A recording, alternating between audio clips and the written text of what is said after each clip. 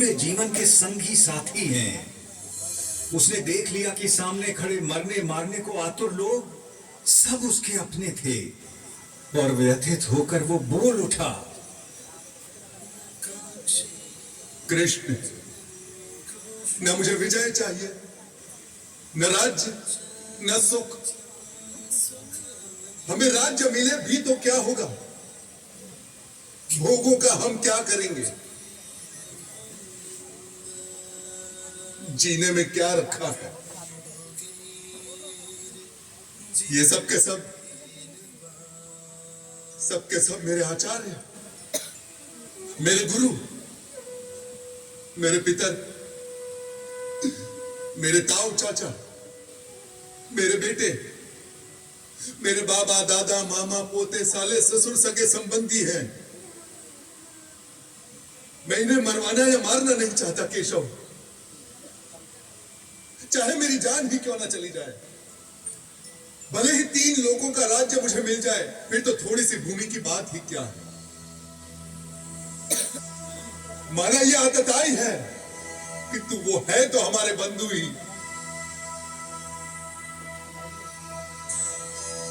अपने कुटुंबियों को मारकर माधव हम सुखी कैसे हो सकते हैं?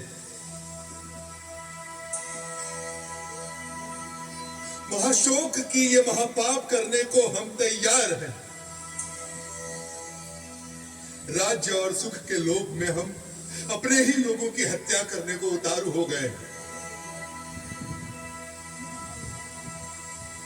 धृतराष्ट्र के अस्त्रों शस्त्रों से सुसज्जित बेटे भले रण में मुझे मार डालें, तो भी मेरे लिए यही उचित और स्वीकार्य होगा।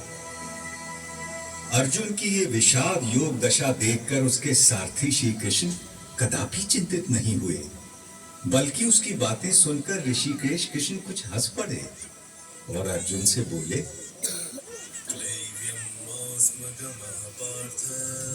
कायर मत बन पार्थ, यह तुझे शोभा नहीं देता। हृदय की शुद्ध दुर्बलता को त्याग दे और उठ खड़ा हो जा। तू तो परंतप है,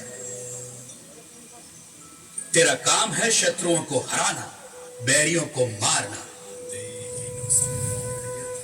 इस देह में आकर हमारी आत्मा बचपन, जवानी, बुढ़ापा इन सभी अवस्थाओं को प्राप्त करती है और फिर एक देह से निकलकर दूसरे देह में चली जाती है। इस देह परिवर्तन को देखकर कोई भी धीर बुद्धि व्यक्ति कभी भ्रमित नहीं होता है अर्जुन। जैसे पुराने कपड़ों को उतारकर मनुष्य नए कपड़े पहन लेता है, उसी प्रकार आत्मा भी पुराने शरीर को त्याग कर नया शरीर धारण करती है। इस आत्मा को ना तो शस्त्र काट सकता है और ना आग इसे जला सकती है, ना इसे पानी भिगा सकता है और ना ही हवा उसे सुखा सकती है। यूं सांख्य योग की बारीकियों को आगे समझाते हुए कृष्ण बोले, कुरुनंदन,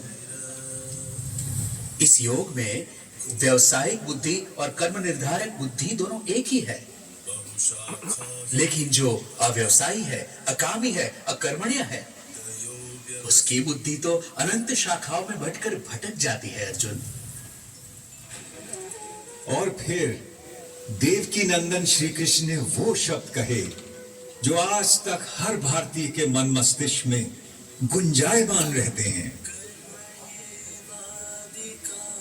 तेरा अधिकार केवल कर्म पर है, फल पर कभी नहीं। तू कर्म करते समय फल की इच्छा कभी मत कर और कर्म से कभी मुंह भी मत मोड़। काश कि मनुष्य ये बात हम पेड़ों से समझ लेते, जो सारे संसार को, मनुष्यों, पशु पक्षियों को निरंतर फल देते हैं, किंतु स्वयं उस फल के भोग के बारे में कभी नहीं सोचते।